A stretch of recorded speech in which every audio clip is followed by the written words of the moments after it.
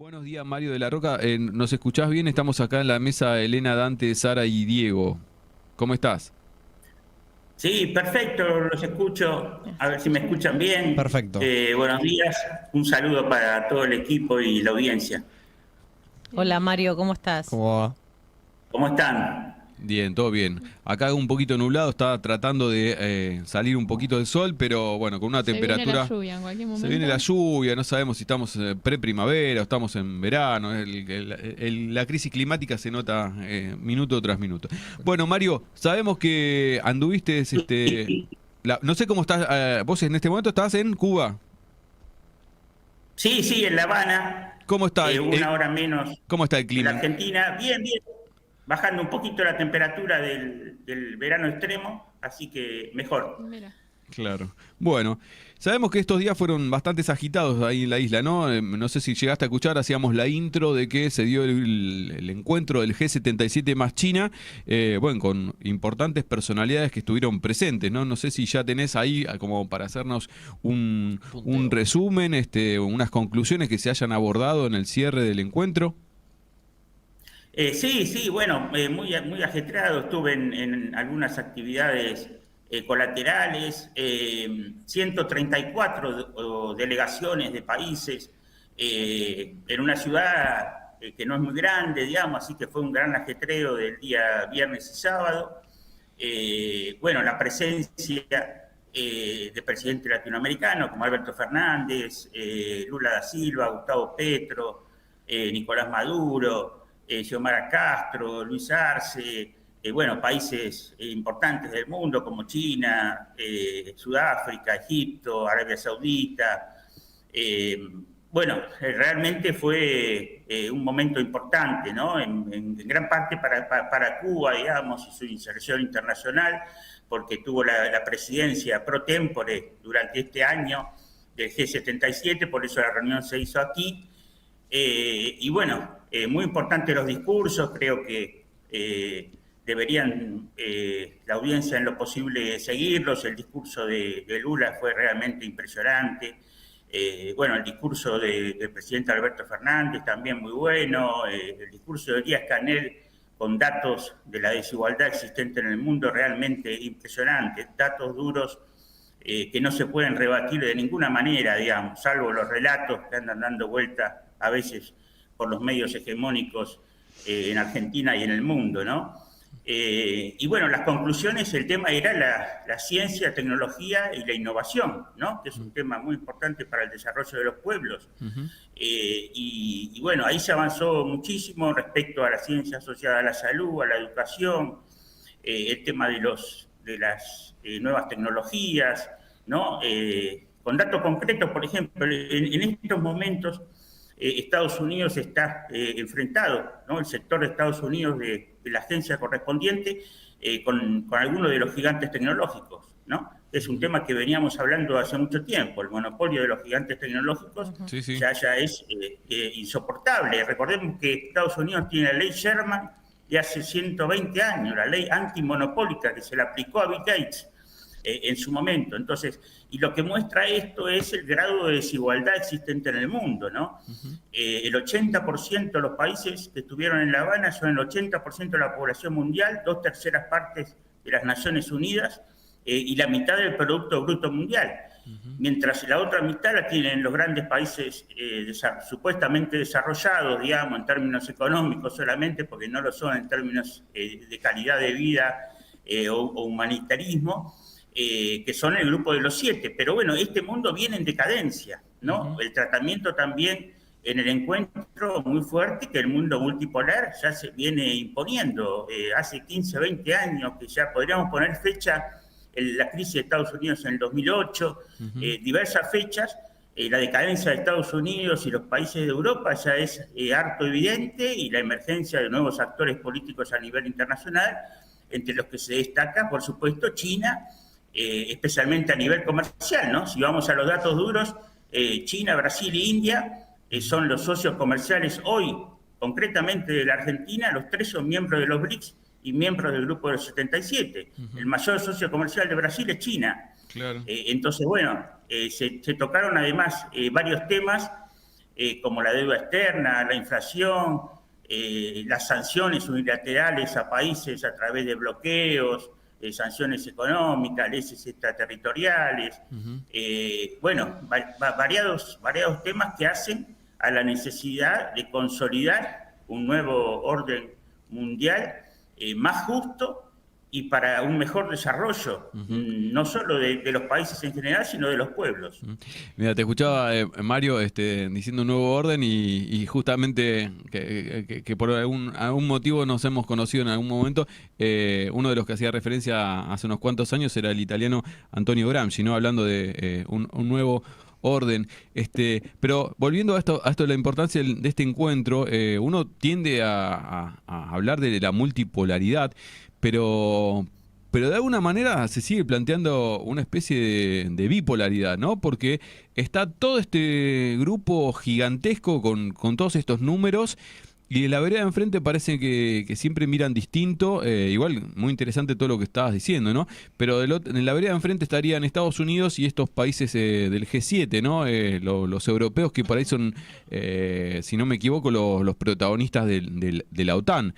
Y qué importante que además el encuentro se haya dado en Cuba, con esto de la presidencia pro tempore que decías, siendo que todavía seguimos hablando del bloqueo histórico de la isla, el bloqueo comercial, lo que debe haber sido desde lo simbólico que todos estos países y delegaciones se hayan acercado ahí.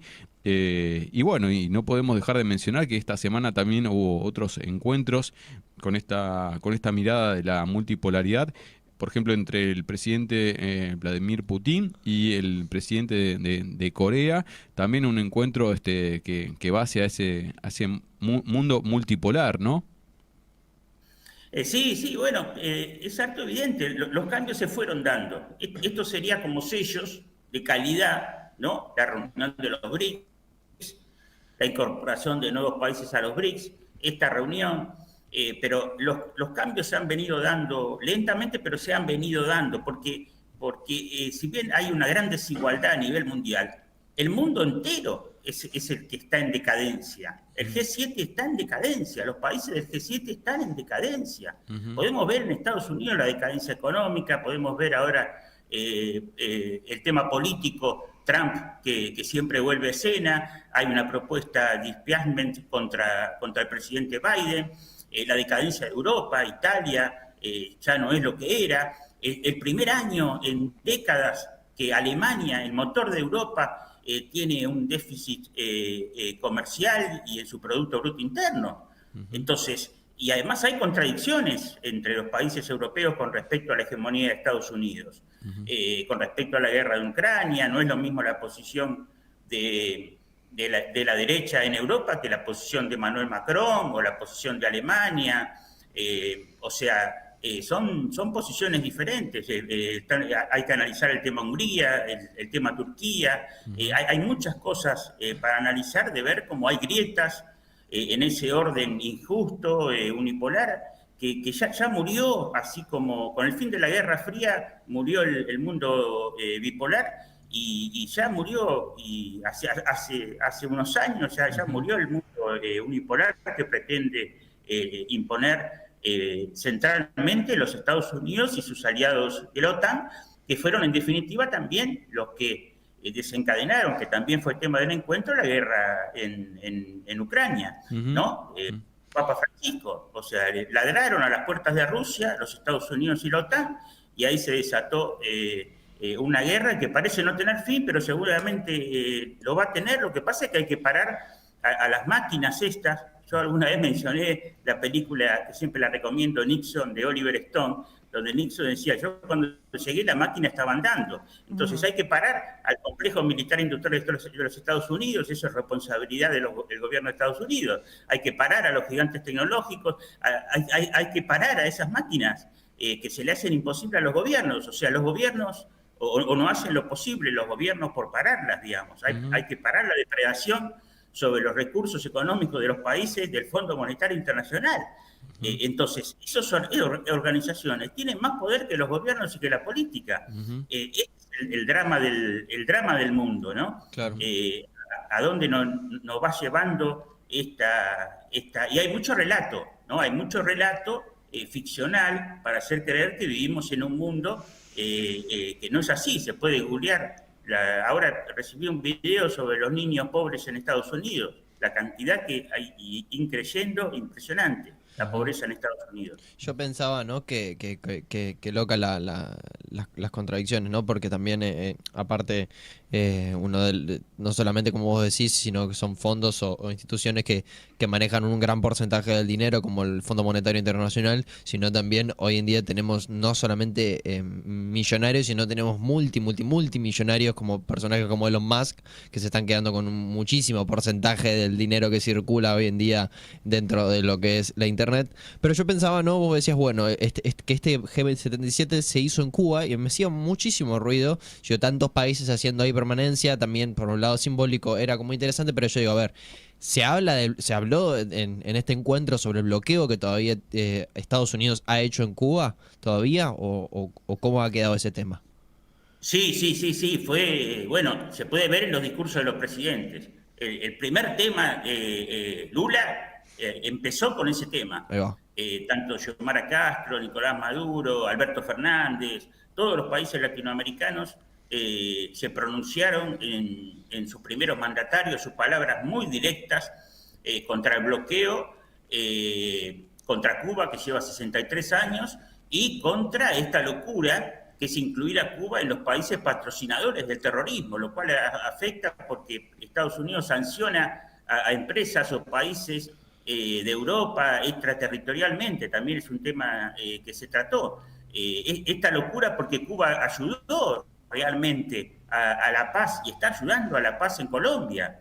Está ayudando a la paz en Colombia a pedido tanto del gobierno colombiano como de las fuerzas guerrilleras. Entonces, y además lo simbólico aquí también es a destacar, es la presencia de África, la presencia de los países africanos, porque para Cuba eso es muy importante, porque Cuba hizo muchísima solidaridad histórica desde la revolución con muchos países africanos, contribuyó a sus independencias, envió médicos y brigadas a tantos países. Sudáfrica, pueden googlear el encuentro histórico de Fidel Castro con Nelson Mandela, y después lo que hay que pensar también, bueno, y la solidaridad con Cuba en la pandemia, ¿no? Si hablamos de ciencia, estamos hablando de las vacunas cubanas, estamos hablando de la pandemia, de las 46 brigadas médicas cubanas que fueron al mundo, al norte desarrollado, a Italia, al norte de Italia, que no tenía recursos humanos para afrontar la pandemia. Tenía recursos tecnológicos, pero las máquinas no funcionan solas. Entonces, necesitaban recursos humanos y estaban en Cuba. Mario, entonces, por lo que estuve leyendo, se propuso, no sé si salió de ahí de la cumbre, decretar el 16 de septiembre como el Día Internacional de la Ciencia, Tecnología e Innovación del Sur. O sea, de unificar esta visibilidad, ¿no? En cuanto al avance científico. No sé si eso salió. Sí. Fue una de las conclusiones dentro del borrador que tomó variados temas. Y bueno, también la ciencia es el futuro, es el desarrollo.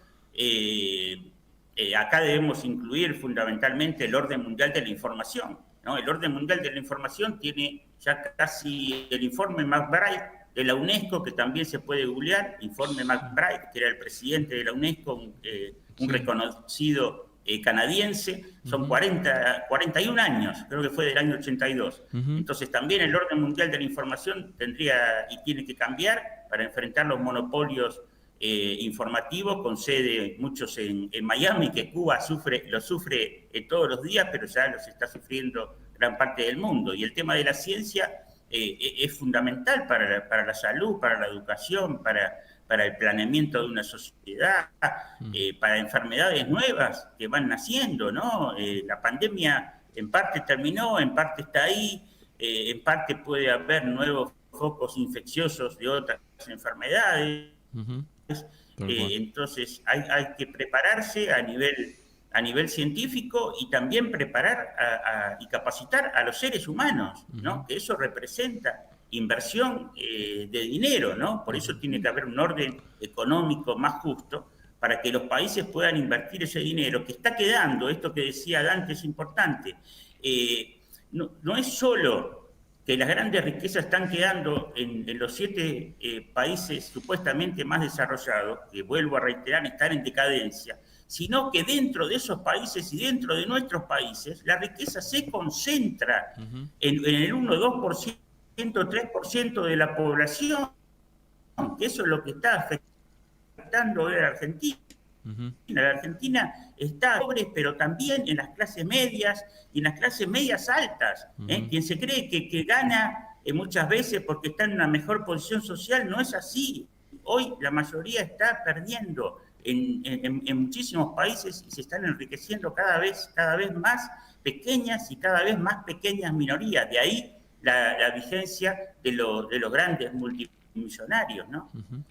Y sí, y también algunos empresarios que siguen poniendo la mirada, ¿no?, en seguir empobreciendo, o hablan en algunos congresos. Circuló en estos días también un CEO importante que hablaba de aumentar el desempleo en el mundo, ¿no?, como para tener sujeto de alguna manera más a los trabajadores que van luchando por sus derechos.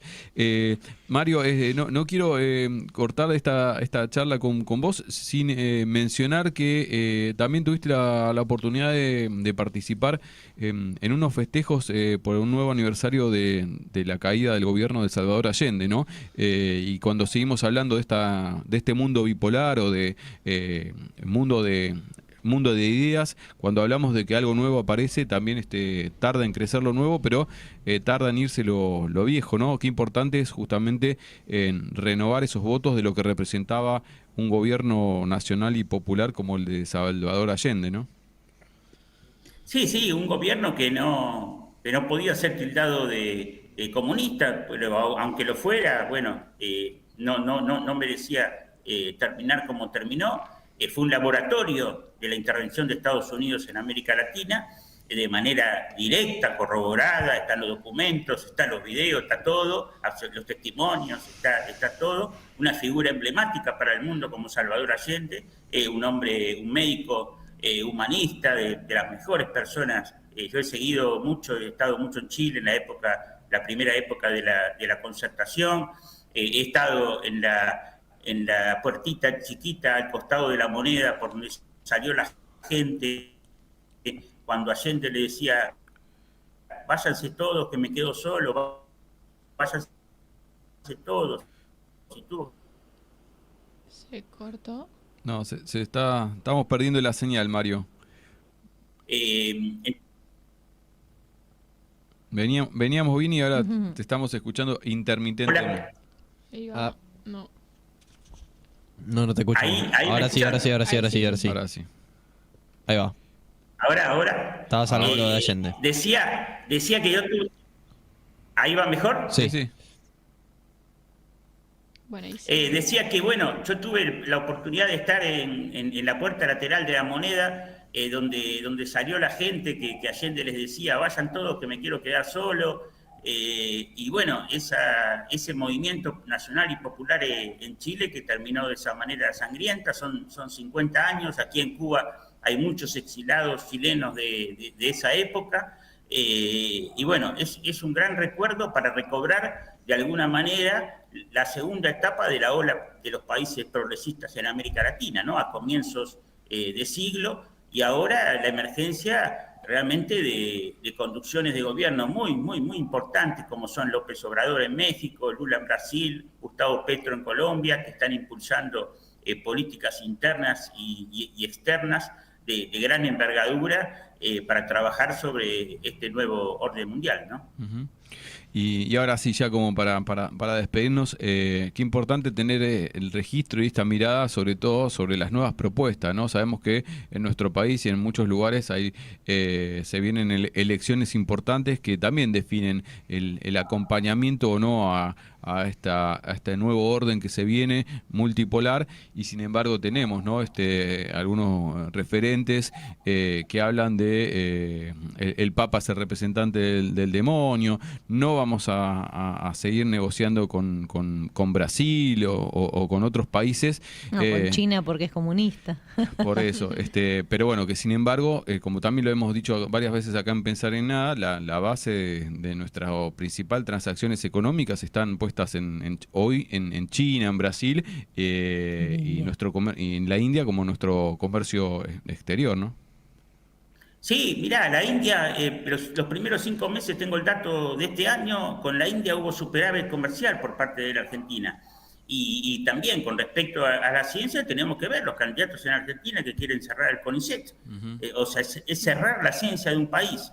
Y después en los intercambios comerciales, financieros, económicos, aquí la verdad Fidel Castro ha dado cátedra. Yo lo vi en vivo, vengo hace 30 años, alguna vez en vivo, siguiéndolo por los medios de comunicación, y él no sobreideologizaba las relaciones comerciales. Él decía, me tengo que sentar al lado de un jeque árabe con el cual no tengo nada que ver, y tenemos que comerciar para el bien de nuestros pueblos, porque acá no es cuestión de las élites gobernantes, sino de los pueblos. La relación de Cuba con México fue importante, ahora es mucho más, con López Obrador, por supuesto, pero los cambios de gobierno no alteraban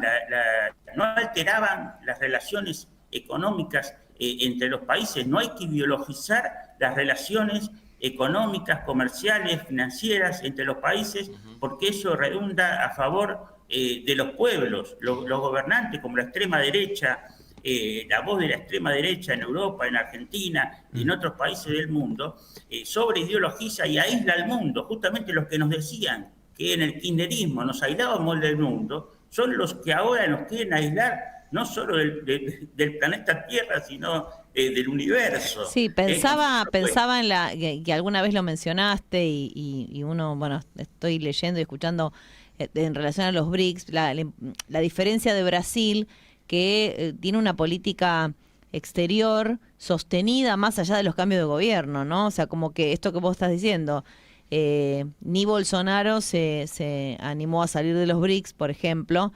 Entonces, como esta cuestión de mantener las cuestiones comerciales o las cuestiones de política exterior más allá de quién gobierne, que eso, bueno, obviamente tiene una implicancia tendría una implicancia negativa, sobre todo en momentos o para un país emergente como el nuestro, y en momentos de una crisis mundial tremenda, decir, bueno, con vos no comercio por una cosa hasta cosmética, como puede llegar a ser la ideología frente a la supervivencia, ¿no? Porque si te condiciona todo el comercio exterior, es algo tremendo.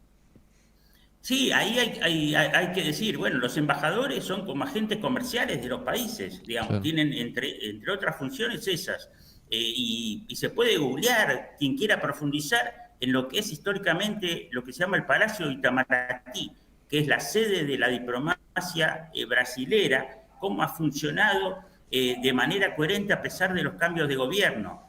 Por esas cosas es que Brasil llega a ser hoy la sexta potencia a nivel económico mundial. Incluso hasta podemos hablar que Brasil, en realidad, más allá de las locuras, ¿no? de las dictaduras, las desapariciones, las muertes, todo, Brasil tuvo dictaduras industrialistas, al contrario de la Argentina, ¿no? Que la Argentina tuvo dictaduras y también gobiernos democráticos totalmente anti-industrialistas, ¿no? Esto también es un dato para rescatar y comparar, digamos, en lo que se llama política comparada, ¿no? Que es una materia de estudio. Bueno, Mario, como siempre, muchísimas gracias por sumarte a esta mateada y compartir esta charla con nosotros. Si te parece, será hasta un nuevo encuentro. Bueno, hasta nuevo encuentro. Muchas gracias, como siempre, por la comunicación. Espero que sirva. Un saludo al equipo y a la audiencia, y Fuerza Argentina.